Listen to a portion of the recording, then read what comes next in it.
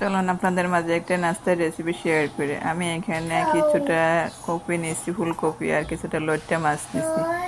লবণ, হলুদ, ধনিয়া, ভাজা মরিচের গুঁড়া, আর এই যে গোলমরিচের গুঁড়া, কর্নফ্লাওয়ার দিছি 2 চামচ, চাউলের গুঁড়া দিছি, আর একটা ডিম দিছি। সবগুলো দিয়ে আমি হাত দিয়ে মেখে তারপরে আমি বিস্কুটের গুঁড়ার মধ্যে দিয়ে আমি তারপর তেলে ভাজিয়ে বাদামি কালার করে নিয়ে তারপরে উঠাই আমি পরিবেশন করে একটু চা দিয়ে আমরা বিকেলে নাস্তা খাইছি সবাই। আমার ভিডিওটা কেমন হয়েছে প্লিজ আপুরা লাইক কমেন্ট শেয়ার করবেন, আমার জন্য দোয়া করবেন। আমার ভিডিওটা যদি ভালো লাগে তাহলে আপনারা অবশ্যই বাসায় বানায় একবার ট্রাই করে দেখেন কেমন লাগে।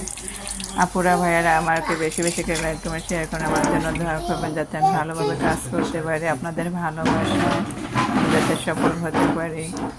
জানি না কোন আপুরা কোন ভাইয়ারা আমার ভিডিওগুলো দেখে তাদের কাছে বলে ভালো লাগে। এভাবে আপনারা আমাকে ভালোবাসা দিবেন আর এভাবে পাশে থাকবেন। আসসালামু আলাইকুম, আল্লাহ হাফেজ, টাটা, ভালো থাকেন।